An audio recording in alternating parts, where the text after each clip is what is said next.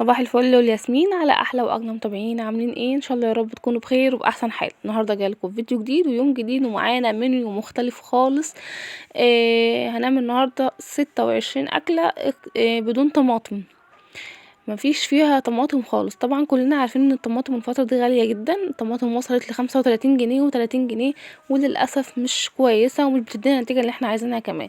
ونادر جدا لو شفت بياع او عديت على بياع بيبيع طماطم كويسه ولونها حتى كويس. لا، الطماطم ب30 وب35 وام 20 دي تبقى اصلا غير صالحه للاكل تماما. فربنا يلطف بينا وربنا كده نقول ايه، الله المستعان والحمد لله على كل حال.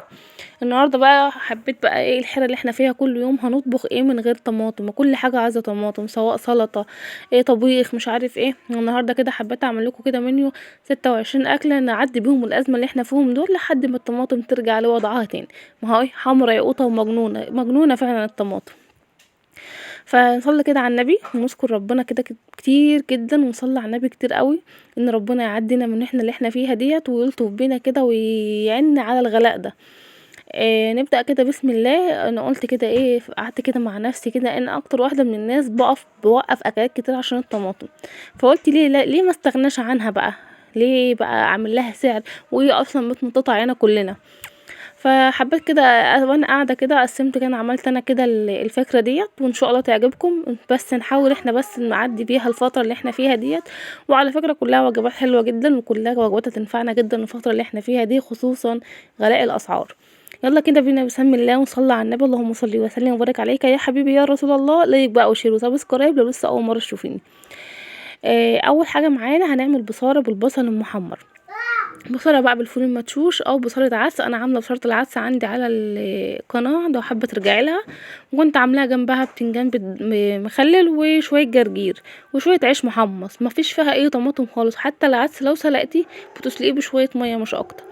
تاني اكله معانا هنعمل مكرونه محمره وبيض مسلوق ومخلل. مكرونه محمره بالمرقه وبصله وقرن فلفل او توميه، بتبقى زي الفل وطعمها جامد جدا وان شاء الله يعجبك. بيضه مسلوقه، شويه مخلل، بطاطسيه محمره مع شويه مخلل، اي حاجه. تالت اكله معانا هنعمل ويكا او نعمل جنبها رز او عيش وبتنجان مقلي. فاهو مفيش طماطم مفيش اي حاجه خالص.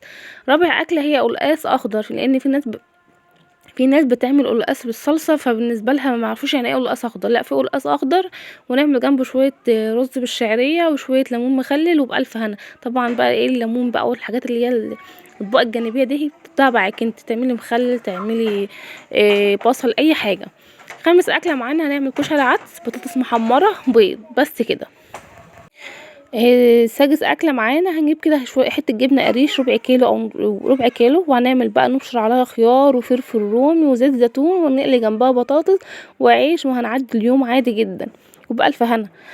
سابع اكله بقى هنجيب كده اجنحه دجاج هنعملها بتتبيله البصل وبتبقى تحفه جدا، ونعمل جنبها شويه رز وشويه ملوخيه، بسيطه وسريعه وسهله ومش هتحتاج مننا طماطم برضو.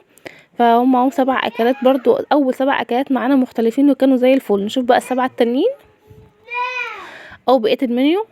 معانا هنا هنعمل بتنجان بالخل والثوم وبطاطس محمره هنسلقها كده ونحمرها ومعاها رز حبايه وحبايه وبصل بالليمون او جرجير. 9 اكله مكرونه بالبشاميل حلوه جدا برضو. 10 اكله بطاطس باللحمه المفرومه ومحشيه يعني، وبعد معاها الرز بالشعريه او رز ابيض. الاكله ال11 صينيه بطاطس بالشوربه او المرقه بدون طماطم برضو.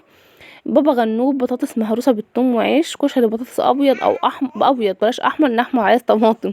وبيض مسلوق وبطاطس.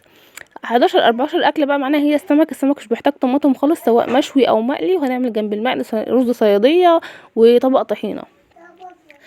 الاكله ال15 هنعمل رنجه بالخل والزيت والليمون وخيار وعيش. 16 هنعمل جلاش بالجبنه او باللحمه. وبعد كده هنعمل رز بالكبد والقوانص حلو جدا.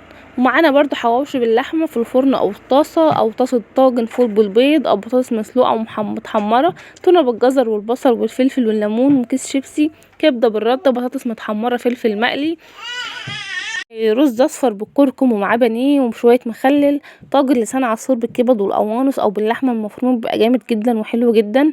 هنعمل رز ريزو ودبابيس محمره مثلا او مخلل. هنعمل فراخ بعرقها بالفلفل والبصل، ومعاها رز بالشعريه. فراخ بيضه كده بتتعمل بعرقها كده مع شويه بصل وشويه فلفل، بتديك حاجه كده خرافه. سمك مشوي بقى، رز ابيض، بصل، ليمون، تقدروا تعدوا الفتره دي كلها تاكلوا سمك، بس سمك مشوي، سمك مقلي، سمك في الطاجن بالفلفل والثوم والبصل.